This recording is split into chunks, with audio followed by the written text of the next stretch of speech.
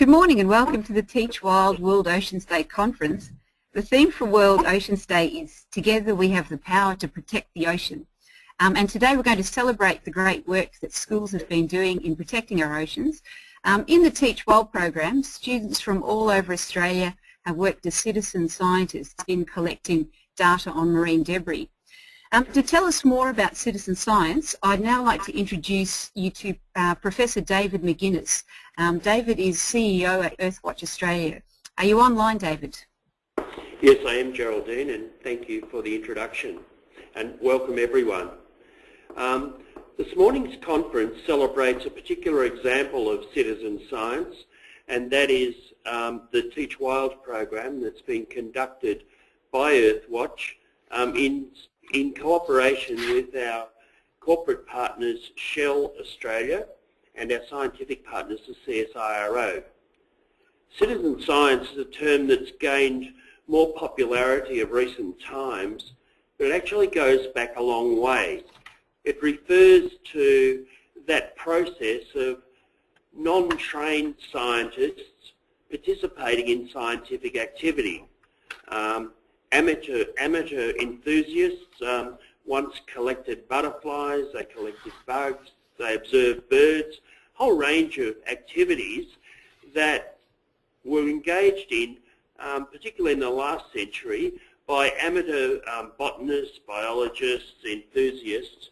And it's reached a stage now where there is some organisation applied to this activity which has previously been individual activity and is now starting to be organised so that the information that's collected in the field by essentially untrained people undertaking scientific work is now being conducted according to a methodology that's been designed by scientists. That methodology allows the data which is collected to be used for scientific purposes. So it's data that's collected in a standardised form according to a consistent methodology and using consistent measurements so that the data collected on one day or in one area can be compared, added to, complemented with data that's collected in other locations but collected in the same way. This process is referred to as citizen science. It's science conducted by ordinary members of the population. And this particular program, which you'll hear more about today, uses a particular segment of our society in collecting that data, and that is school children, who, after all, have a vital interest in the future because, quite frankly, they own a lot more of it than people like I do. And it's important for our society to become more involved in science, to gain an appreciation of those things that impact on our world, particularly in the natural environment, which is the focus of Earthwatch Australia. Citizen science not only empowers citizens, it imparts to all of those who participate a greater knowledge, a greater experience, and hopefully a greater empathy with the priorities, the important things that need to be done for the future to maintain a sustainable environment in particular. This particular program, supported by Shell and participated in by the CSIRO with Earthwatch, has given the opportunity to schools around Australia to participate in a real citizen science program. It's allowed data to be collected by people who in the past may not have appreciated, or it's unlikely that they would have appreciated, the elements of marine debris in particular, its causes, its composition, where it comes from and where it goes to. This program provides two important outputs through citizen science. Firstly, it increases community awareness by those that participate, not only the participants directly, but the communities that they form part of, the communities of schools, the community of families, the community of towns and cities where those students have come from.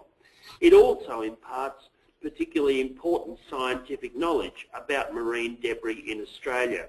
So citizen science as a discipline is growing. Citizen science in terms of participation is growing. And I'm delighted to open this conference to focus on citizen science and its particular application in World Oceans Day and the TeachWild journey of discovery that we've been on. I'd now like to introduce to you Chris Woodthorpe, Director of the United Nations Information Centre in Australia, who will talk about World Oceans Day, a United Nations initiative. Chris, are you online? Yes, David, and hello there. And hello to everyone else. As David said, I work at the United Nations, and it's a real pleasure to be able to join you today in this webinar and to talk about World Oceans Day. It's a very important day for all of us, no matter wherever we are. Now, when we look at Earth from space, we see a blue planet. That's not really surprising when we think the oceans cover almost 3/4 of its surface. But despite this, we often don't realize how essential the oceans are to our daily lives, even for people that don't live anywhere near them. So let's look at some of the facts. Oceans contain 97% of the Earth's water and represent 99% of the living space on the planet by volume. In fact, 50 to 80% of all life on Earth is found under the ocean surface. The oceans give us more than half of the oxygen we breathe, serving in a way like a giant lung for the planet. They're also a vital source of food for billions of people. In fact, over 3 billion people depend on the coast and sea for their livelihoods. The oceans absorb about 30% of carbon dioxide produced by humans and have a huge influence on our weather and climate. They're also vital for our global economy, with 90% of international trade shipped over the oceans and marine and coastal resources worth trillions of dollars. So we can easily say that the world's oceans drive the systems that make the Earth habitable for humankind. Our rainwater, drinking water, weather, climate, coastlines, much of our food, even the oxygen in the air we breathe are all ultimately provided and regulated by the sea. Yet when we take all this in, it's amazing to realize that less than 10% of the world's oceans have been explored by humans, and only a little over 1% of our oceans are protected. So careful management of this essential global resource is vital for our future. Because oceans are so important to us, the United Nations, or the UN, which is an organization that's made up of virtually every country in the world, and it's where I work, decided to choose one day, the 8th of June, to focus on the importance of the oceans. So every year on World Oceans Day, the UN encourages people around the world to celebrate our shared oceans by promoting awareness about the crucial role that they play in our lives and showing people how they can help protect them. If we work together, we do have the power to protect our oceans. But why do we need to protect them? Unfortunately, there are many things that threaten our oceans. Obviously, one of the biggest threats is pollution, and I know your work with the Earthwatch TeachWild program has taught you a lot about marine debris and the impact on Australian marine life.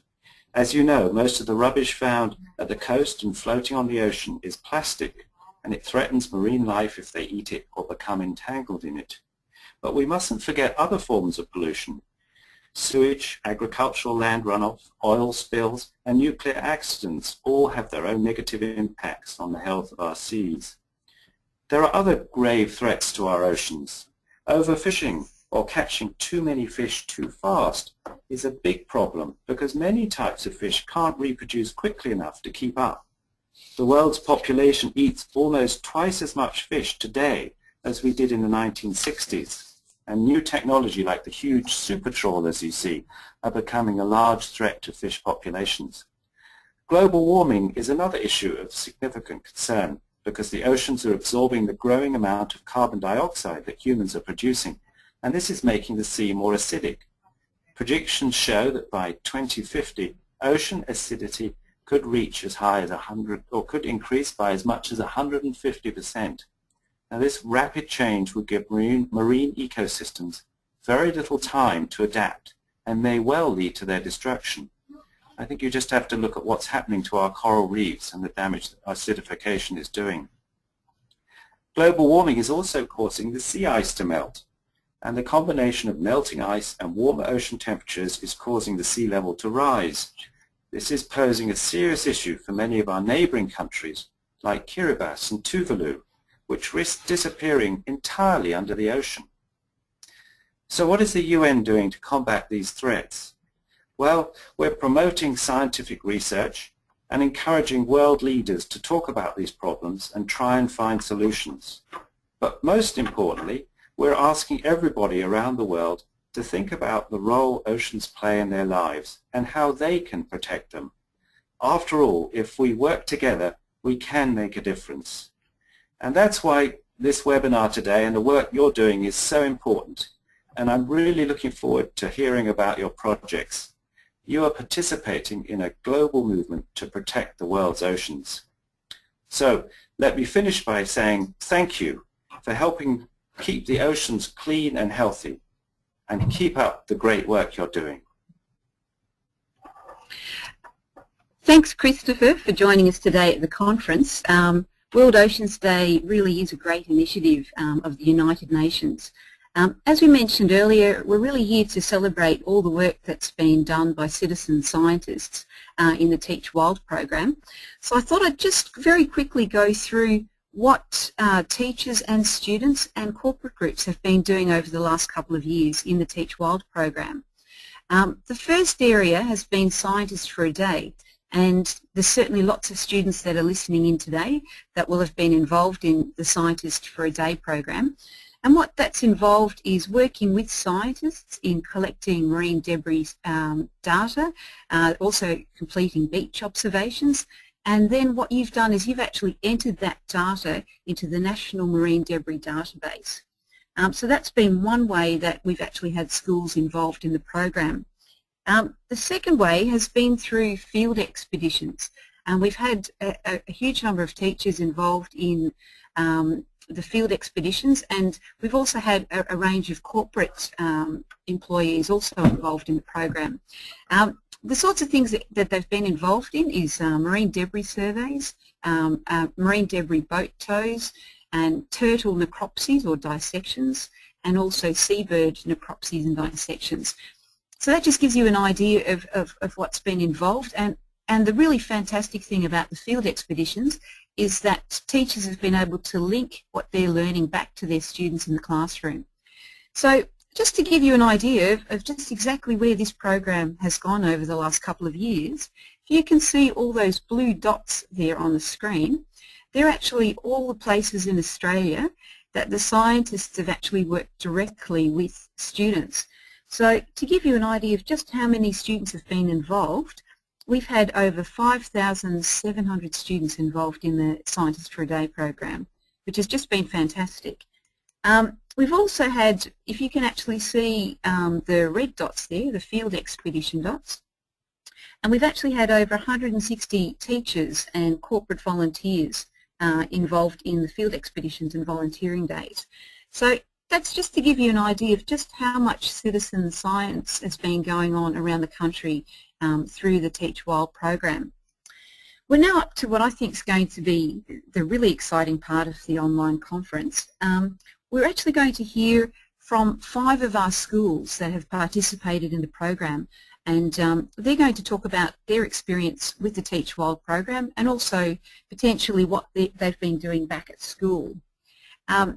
Our first school is Geronimi West Primary School, and I'm going to pass on now to Lee. So Lee, are you online? Yeah, good morning, Jerry. Good morning, everybody. Can you hear Great us? to hear you online. Go ahead. Yes, we can. Loud and clear. Fantastic. That's great. Now we've got our boys and girls from grade 3, 4T with us this morning. Say good morning, everyone. Good morning, everyone. So, Fantastic to hear you all online. so building on what David there and Christopher was saying was the whole idea of empowering our students, our learners, to actually take action. So obviously there's a photo here of Dr. Denise with a camera in her face. What you can't see is what Dr. Denise has there on the table. And alluding to what you talked about a second ago is the necropsies we went to Phillip Island, and part of understanding the impact that our waste is having on the ocean was looking at the possibility of any plastic that any of the local large shearwaters had actually digested. And a part of that process was dissecting the birds and having a look in their stomach. The reason why the camera's there is because we were able to, just using that technology, go straight back into the classroom. So while Jerry's cutting up one of the birds here, the kids in the classroom were able to observe live what was going on and ask questions about what was actually happening. The idea there, of course, being that we're at a point in history where it's great to have the knowledge. It's easy to get the knowledge. We want our kids to have understanding, but more than that, a good school will be a place where kids are empowered to take action, that learner agency. And so all of this is tying into the idea that we're empowering our kids to take action in the world and on the worlds that they're in. So if you could skip to the next slide. Thank you for that. Here's an example of exactly some evidence of what was found in some of the birds, the gut there. Now, from memory, there was, I think, about 7 out of the 11 birds we looked at. You can correct me, Denise, if I'm wrong there. Actually had bits of plastic and noodles found in the bits of that LLDPE inside them. And we were quite surprised and taken aback at actually just how much plastic we actually found. Now, the reality was this. To be able to show this to the kids in the classroom, to take it back to the school and show it to the kids in our classroom, for them to have been a part of the experience, if you go to the next slide, please, for them to have been a part of the experience, it wasn't good enough for them just to have that knowledge and understanding. Actually, what we needed to do was take action. So in this photo here, you can see the publisher, the chief editor for the CSIRO in the background, and of course the Premier of Victoria, Dr. Dennis Napthine there, and the Minister for Education. And what was able to happen as a result of the kids seeing what we were doing with the plastic, we had a meeting and talked about, well, actually, what can we do, up at, in this case, it was Emerald Primary School, what can we do to actually make a change, to lessen the impact? We don't live by the beach. To be able to go and do a beach transect would be quite a problem for us, but we learned that our drains go all the way down through to Cardinia Creek and out into Western Port Bay. So we actually made a decision to look at what gets washed down our drains, and we found there's a heap of rubbish of a particular sort, these little plastic wrappers that kept getting dropped on the ground. They're cheap to buy for the kids from the canteen, $1 for the kids to buy this plastic stuff. It was like an icy pole, and they just leave the rubbish on the ground. So the simple solution from my point was, well, just ban it. We won't sell them anymore. And the kids got a bit upset about that and said, well, actually, we love these icy poles, so we'll look at the impact that they're having potentially down the drains. And so we came up with the idea that through workshopping, that if they pay an extra 10 cents, if they pay an extra 10 cents for their lollipop or the icy pole, then they get that 10 cents back when they return it to the canteen. So they actually had their own volunteer container deposit scheme. Now, the beauty of having the Premier there for some other bills was that the kids could corner him, and our local member was also the Parliamentary Secretary for the Environment, and actually engage our state leaders in this conversation as well. And they were very supportive and very positive in that too. So we actually empowered our kids to take action, not only just in the school grounds, where they return their rubbish and they get 10 cents back, but also at the next level up, where they're speaking to the people who make the rules for the way that we go about running our state here. If you could go to the next slide, please. So the kids are then empowered to actually take action, and but it wasn't enough to stop there. Collecting plastic bags, and we was the equivalent of 63,000 plastic bags in that 1 year, and then of course putting that message out there. So this was another TeachWild idea about making some art with our rubbish, and the kids produced quite a bit of art made purely from scratch we found around the school grounds there. So even to this day, which is about a year and a half later, there's still kids collecting those wrappers, still getting their 10 cent rebate on it, and still being very mindful of what's happening with the plastic that's in comes through their hands. Thanks, Jerry. Any questions? That's great, Lee. Thanks so much for talking about what you and your students at Geronimi West Primary School have been doing. I think it's a fantastic example of both teachers and students being involved in citizen science, but also taking that back to their school and actually implementing some actions to actually address some of the issues that you've seen out in the field. So a big thanks to the students there and to Lee for actually jumping online. Our next speaker is Deb from Camden Haven High School, which is up in New South Wales, and they're going to talk about their experience. Are you online, Deb?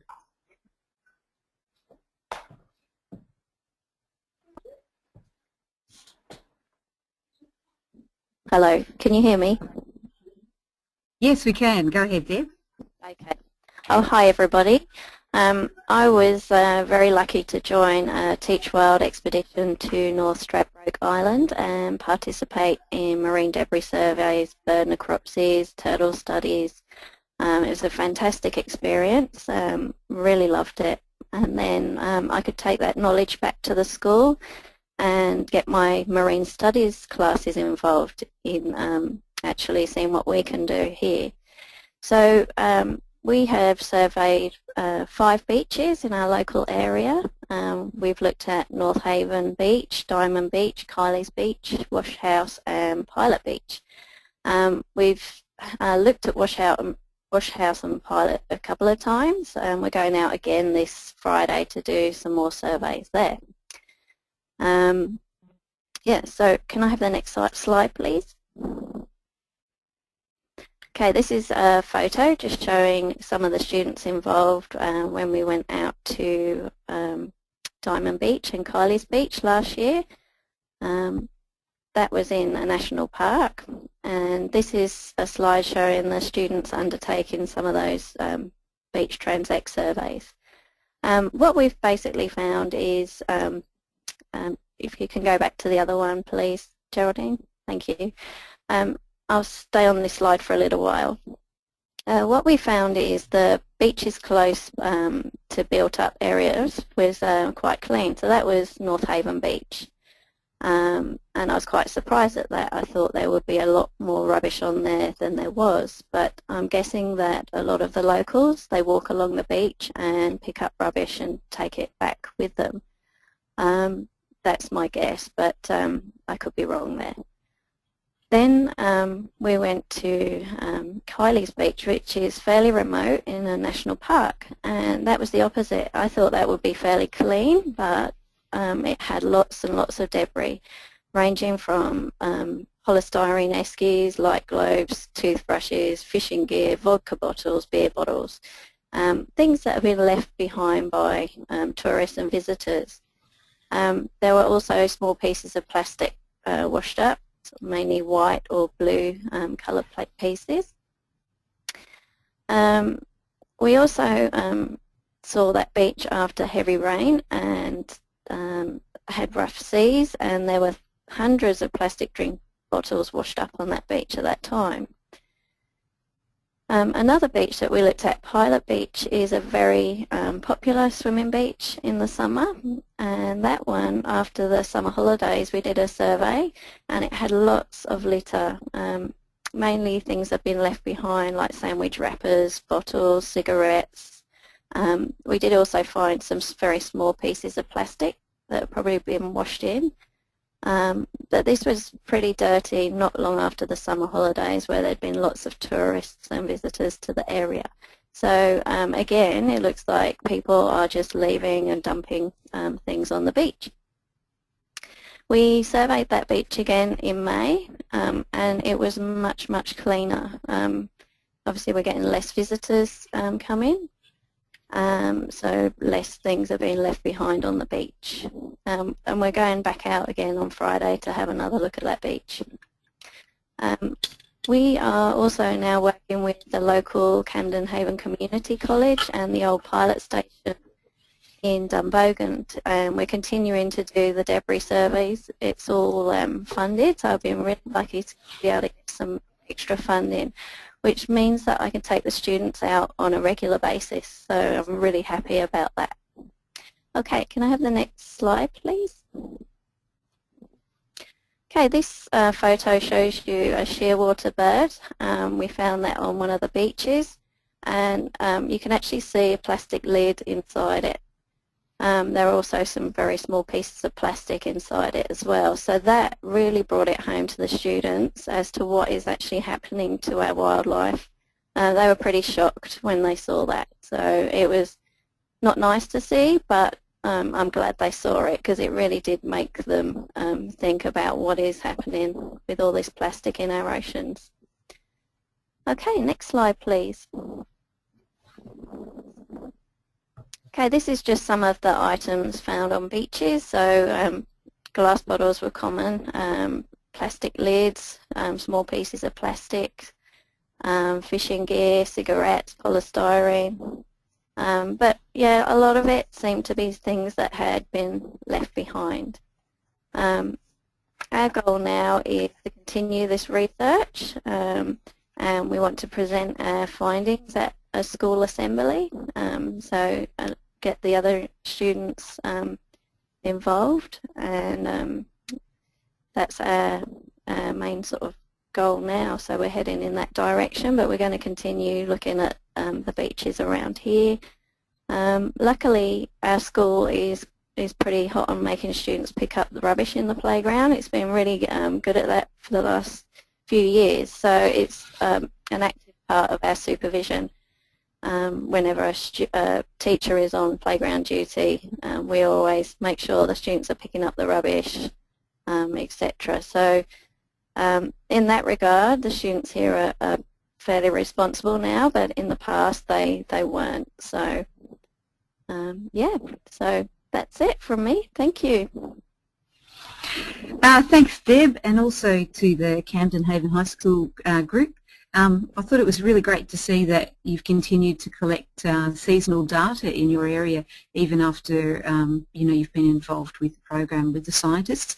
And I also thought it was fantastic that you've actually engaged other groups. So it's really good to see that you're getting other schools and other groups in your community involved in collecting data as well. So we're now going to move north, and we're actually heading to Townsville. We're going to cross now to Bruce Mills and also to the Rolling Stone Primary School students. So are you there, Bruce? Are you online? I'm on the phone line. Are you receiving me? Yes, we are. Bruce, go ahead. Oh, good. We weren't sure how this, it's a bit of a Mickey Mouse system at the moment because we've had lousy reception, so we had to set up the phone line as well as the video. We've got Townsville. It's coming through? Yeah, perfect. Bruce, go ahead. Good. Bruce Mills here. I've been a teacher at the school for about 2 years now, and we first met up with the TeachWild team last year when they came up to Townsville, and the team showed us how to do a proper transect of a beach and plot marine debris and that sort of thing. And afterwards, later in the year, I went down to Phillip Island on a shell fellowship to look at marine debris collection and sorting methods, as well as learning about the shearwater population. Now, most of our presentation today is going to come from our students. This is the 4, 5, 6, 7 class, and they'll be telling you a little bit about it. And from the map there, you can see we're right up in the north, but round about the middle of the Great Barrier Reef. So it's quite an interesting area to work with. My first student here is Kaylee. We are a small school of 65 students in a rural setting about 65 kilometres north of Townsville. There are 3 classes in the school, Prep 1, 2, 2, 3, 4, 5, 6, 7. The area is mostly farming and fishing with a couple of small residential suburbs. The school is about 5 kilometres from the beach and 1 kilometre from the highway over Rolling Stone Creek. There are 3 caravan parks nearby, and a mild winter climate means we have lots of visitors passing through. Could we have the next slide, please? On the last day of term 3, we go down to Balgale Beach for the day, and part of the program is a 2-kilometre beach walk to pick up any rubbish on the beach. In 2012, we picked up about 3 wheelie bins full. In 2013, we had about 2 wheelie bins full. Much of the variation depends on the visitor numbers and whether rain has washed out the creeks around us. Okay, could we have slide 3, please?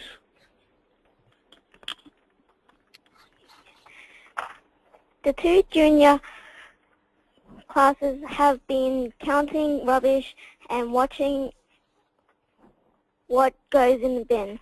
Here are the results from 2 days of school. Most of the rubbish we threw away is plastic bags or plastic wrap. Next term, we are going to start a scheme to try to find a way to recycle the plastic bottle and yogurt tube. Could we have the next slide, please? Slide 4. On the day about a month ago, the senior class went to the bridge for a clean-up on behalf of the junior class. This was less than a month after the local Lions did a clean-up in the same area for Clean Up Australia Day. And by the way, that was 15 bags of rubbish we picked up in less than a month, just being thrown around by people from the coming to swim underneath the bridge and that sort of thing. Next slide, please. Here are the results from 1 week of collecting rubbish along 1 kilometre stretch of Balgal Beach. It is a lot more than usual because heavy rain has just flushed out the creeks in the previous week. Usually in a week we would get less than half that. Well, that was our students presenting there. We've got most of the school involved in our projects, clean-up projects and keeping track of rubbish, recycling. We've just started a new program called Futures, which is a mix of technology and use of technology and sustainability and environmental awareness. And we're using some of the things like the Great Barrier Reef Marine Guardian program and things like that. Just down in the bottom right-hand corner of that last slide are some of the results of our cleanup. And one of the things we're going to be looking at is tracking the source of some of this stuff, because we've got an ideal position. We're on the banks of the river, which is probably the major source of pollution going down into the environment, and we've got a chance to track things and try and get some public awareness going. So we've got a few programs coming up that will be involving the whole school. So thank you very much for listening to us today. Thanks, Bruce, and a big thanks to the students who presented. That was a terrific presentation. I remember going up to visit your school, and I just thought to myself, that area really has some fantastic custodians of their local river and their seas. Just because of where you're positioned, you're doing so much good work to look after your local area. So yeah, it's great to see your presentation. We've got some really fantastic students, and they're doing a great job. Yeah. It's great students, and it's also, so this is Denise Hardesty here. It's great students, great teachers, and another example of this really fantastic data and information that you kids are collecting that is so important. We just need to make sure that we're getting those data entered in the databases so that we can help you guys to work with some of this stuff. It's really great work, all of you schools. Terrific, and we're now going to move south again. We're heading down to South Australia. Our next speaker is Kevin, and he's from Portside Christian College in South Australia, and he's going to tell you more about his involvement and the school involvement in the TeachWild program. Are you online, Kevin? Yes, we are. Welcome. Okay. I'm here with Lee Grigg as well. So my name's Kevin Newell, and Lee Grigg, and we're here from Portside Christian College, just near in Adelaide. We're on the Port River, and we're situated between the Port River and the Gulf of St. Vincent. So we're in a fairly marine type environment. So if you can go to that second slide, please. All right. So we, Lee and I both went to North Stradbroke Island to do a TeachWild fellowship in 2012, and really got down and got our hands dirty doing the turtle necropsies and the shearwater necropsies, which, although pretty yucky, I really enjoyed. Just having a science background, it was really good to get involved and do some real science work there. It was interesting to see the actual effects of the marine debris and what it has an effect on the actual environment and the species, in particular the shearwaters and the turtles in that particular environment, because we don't get shearwaters down here, so it was interesting to do that. If you can just go to the next slide, please. Alright, so just some pictures of the things that we were involved. The middle picture is just of things that were collected in a trawl, and just getting stuck on the beach, which was a bit of fun as well. I wasn't driving, so that was alright.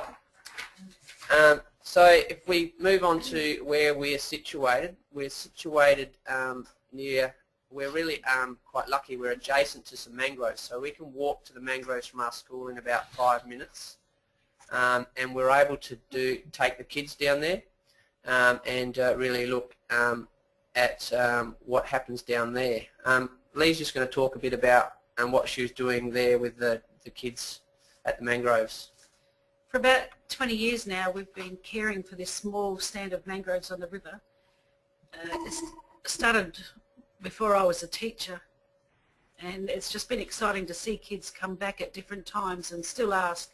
They're adults now and they've got their own kids at the school, but they remember the days where they went to the mangroves and licked a leaf or picked up rubbish that had got caught in the propagule, in the pneumatophores of the trees.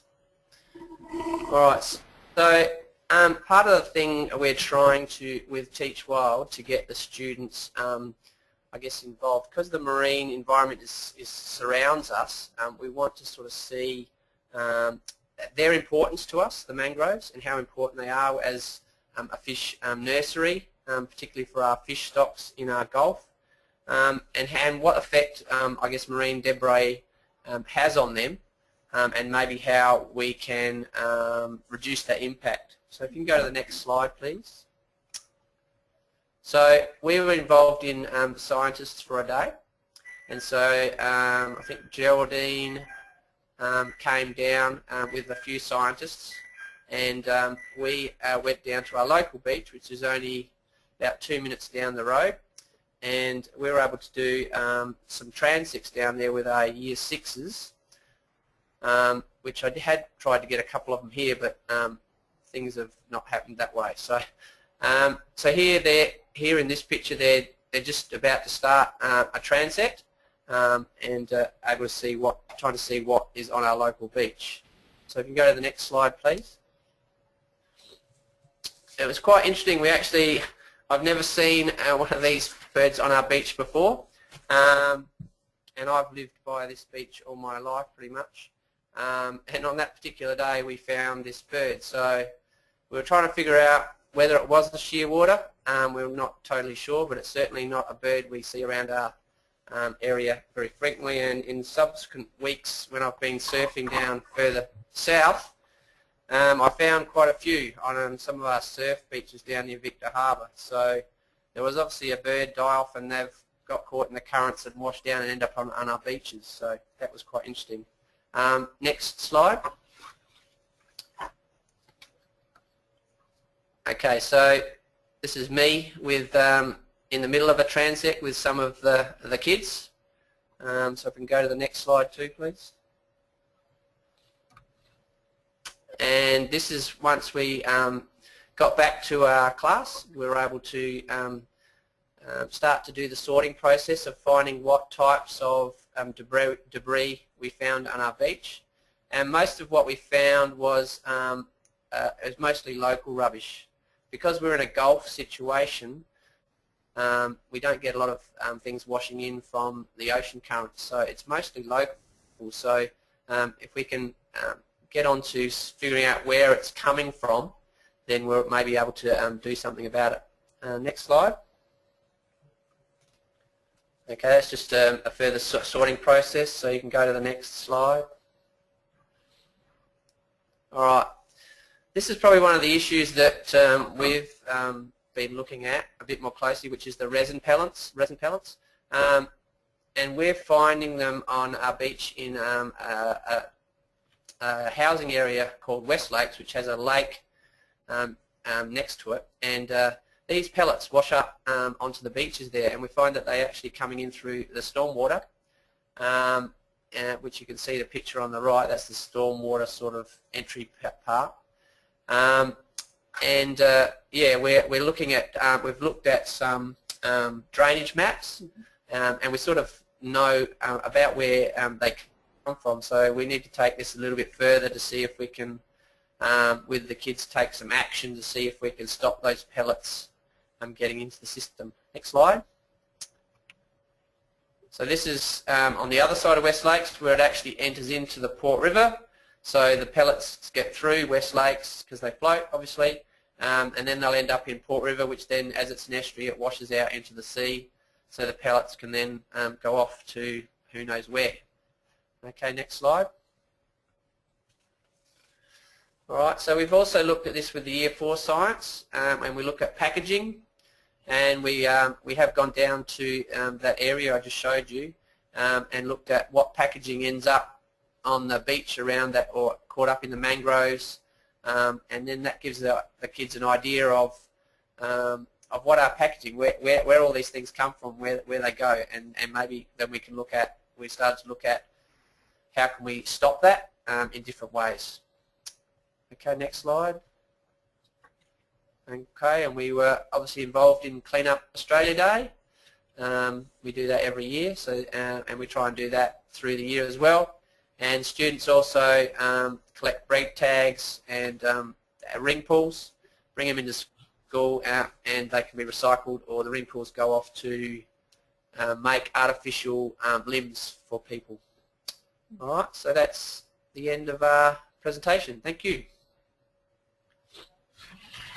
Thanks, Kevin and Lee, for presenting. It's great to see all the work that you've been doing in looking at marine debris, but also in looking after your local mangroves. I remember us going on a tour through that area, and yeah, some great work's being done in that area. So yeah, well done.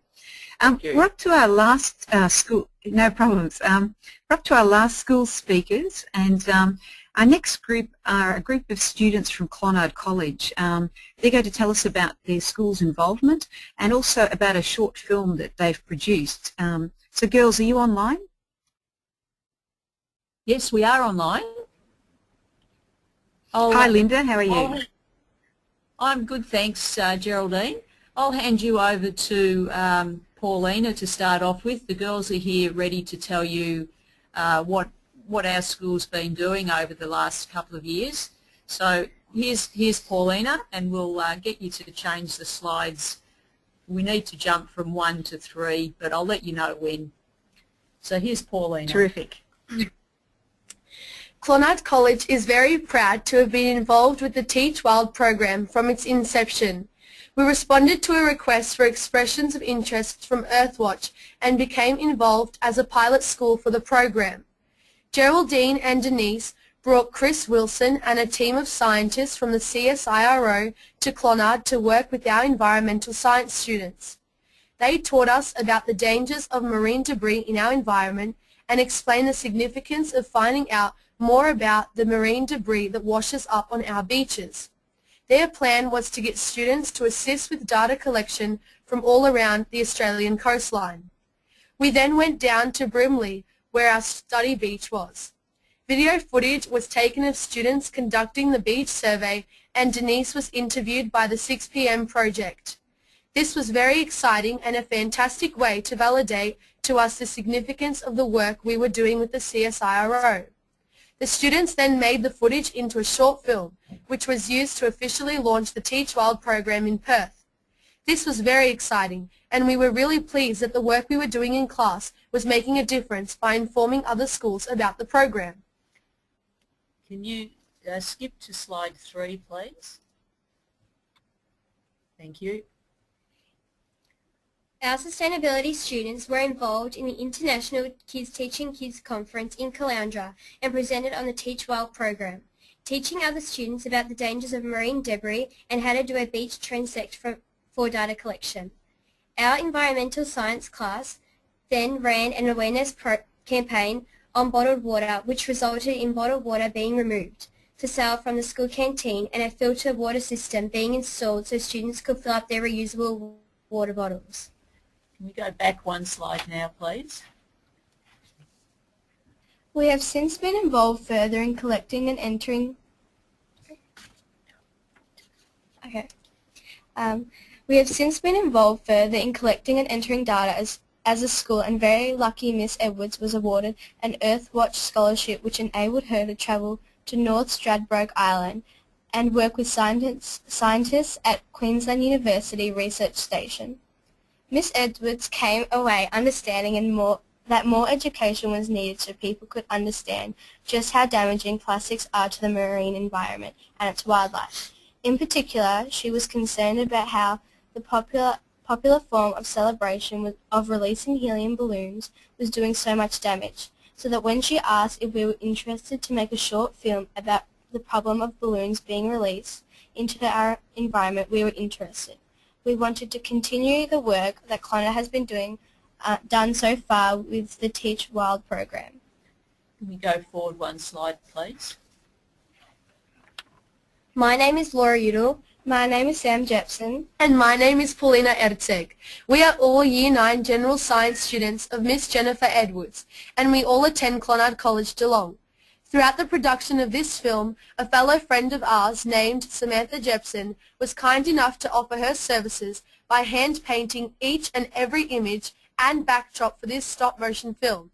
She dedicated her hours after school to buy the supplies necessary for the painting of the images and spent just over a month painting these images. It was a huge task to ask of her, but she gladly completed this task, and our short film would not have succeeded without her help. We are proud to present this short film that we have been producing over the past month. After viewing a documentary regarding the effect of different types of balloons on our environment, we knew that this issue needed to be addressed to students of all ages so that we could inform people and hope that it might influence their decision to use balloons in the future. Therefore, we have created this stop-motion watercolor short film outlining the story of a 16-year-old girl who hosts a balloon release for her sweet 16th birthday party. The film follows the journey of one red balloon and how it eventually ends up gravely impacting different animal species. This short film touches base with the effect of balloons on different animals, alternatives to balloon releases, and what we can do about the balloons that are affecting our environment right now. We are so very grateful to have been a part of this learning experience, and we hope that you have all enjoyed this short presentation. That's ours. Thanks very much. So thanks very much, Linda and the girls from Clonard. They certainly have been really involved in this program. We've also got the red balloon. We've got the details for that, and what we're going to do is we're actually going to show that at the end of the conference. It's a really great film, and the girls have done a huge amount of work on that. So we'll actually put up a link closer to the end of the conference so everyone can have a look at that. We're actually now going to go on to meet Dr. Denise Hardesty. As many of you have probably met Denise through the program. Denise is a research scientist at CSIRO, Marine and Atmospheric Research, and we've got a number of questions both from our last webinar and from this one that students would like to ask Denise. So just want to check in. Denise, are you online?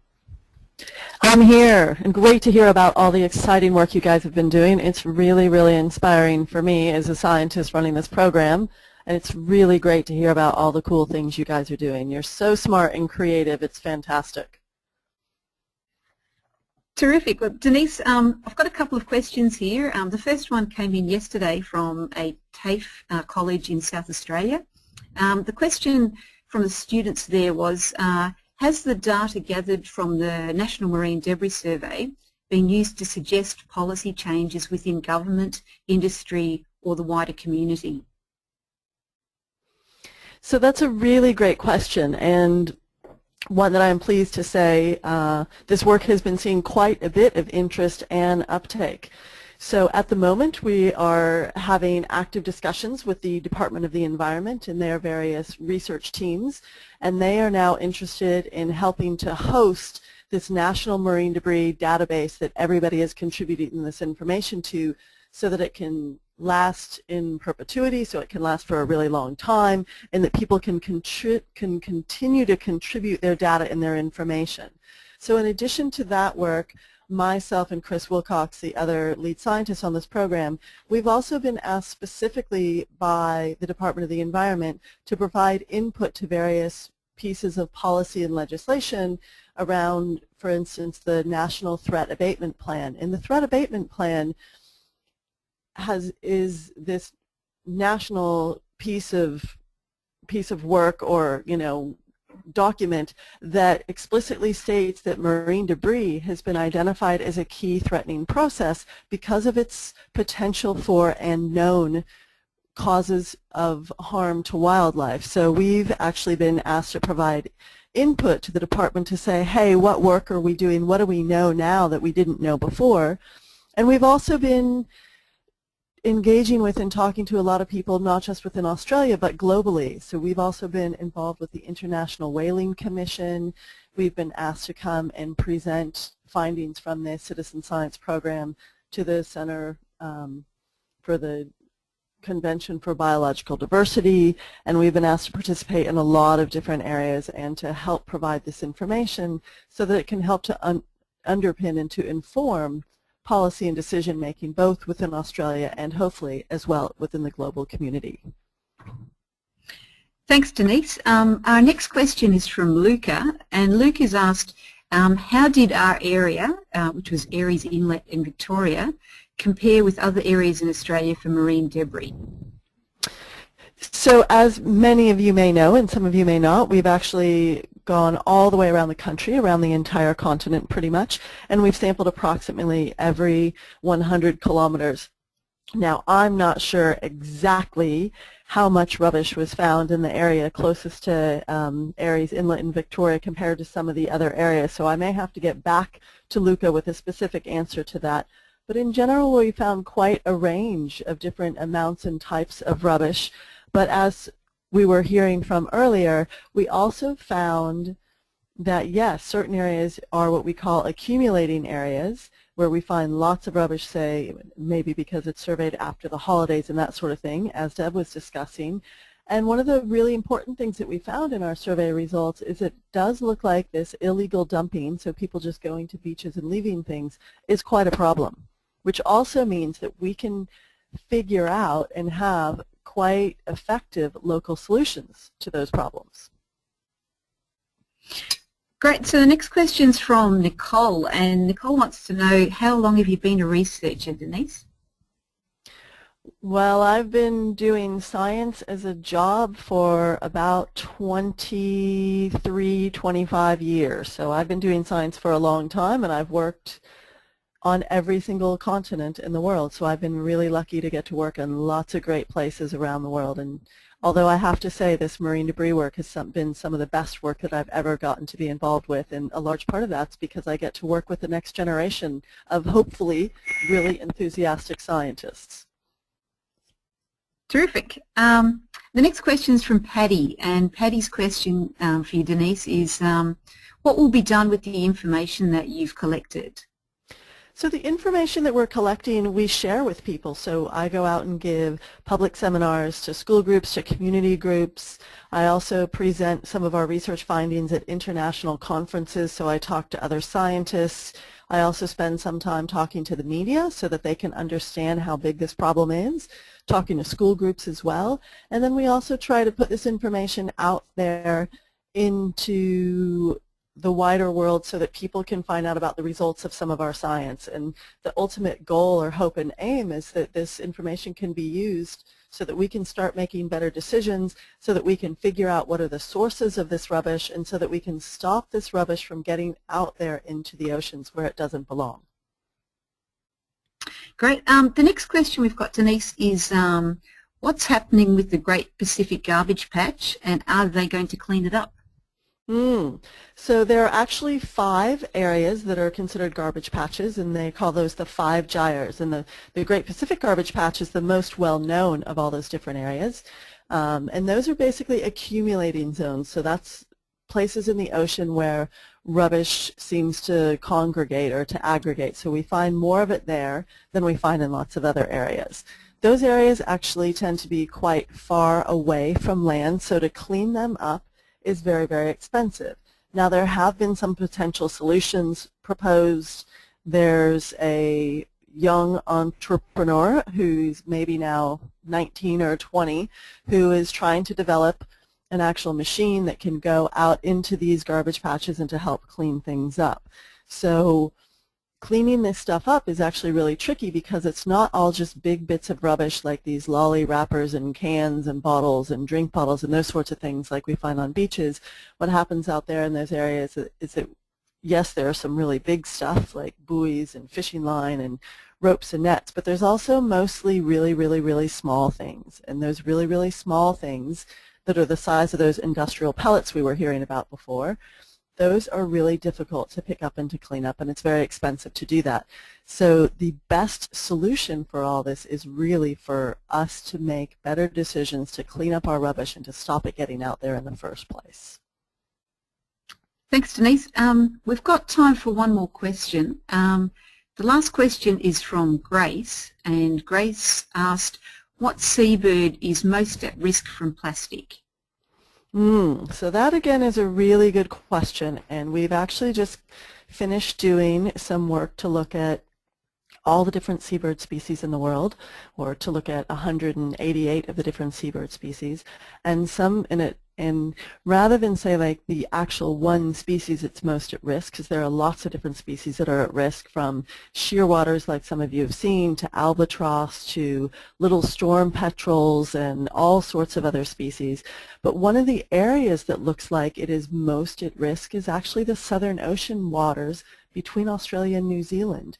And we think that's because there are so many different seabird species that occur in that area that even though it's not, say, the quote-unquote dirtiest part of the ocean, it's where so many different species come to forage, to breed, you know, to get their food resources out in those areas of the ocean, that seems to be a part of the world that's a lot more threatening for seabirds because there's so many species in that area. So we know to date that over 600 different marine species have now been shown to be affected by our rubbish getting out there into the oceans. And we think that number of species is going to just keep increasing as we keep doing more studies and as there are more people in the world and as we keep increasing how much plastic we keep using in our everyday lives. Thanks, Denise, for answering all the questions from students. There were some fantastic questions there. There are a couple of questions we didn't get a chance to answer, but we'll make sure that we email those answers out to you at the end of the conference. So that brings us to the end of our online conference. I'd like to say thanks to all the speakers and in particular to all the schools that have participated today. I think you've shown us some great examples of how you are protecting your oceans in your area through citizen science.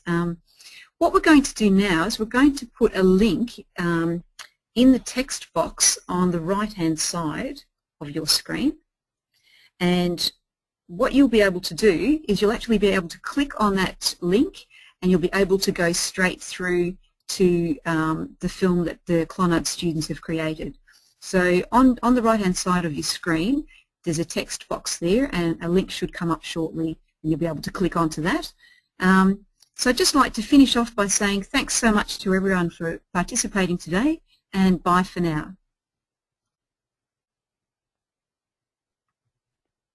Thanks so much, Geraldine, for organizing this, and thanks to all you school kids for the fantastic work that you're doing. Please feel free to get in contact or to be in contact with me or my colleagues. We're always keen to talk to you. Thank you.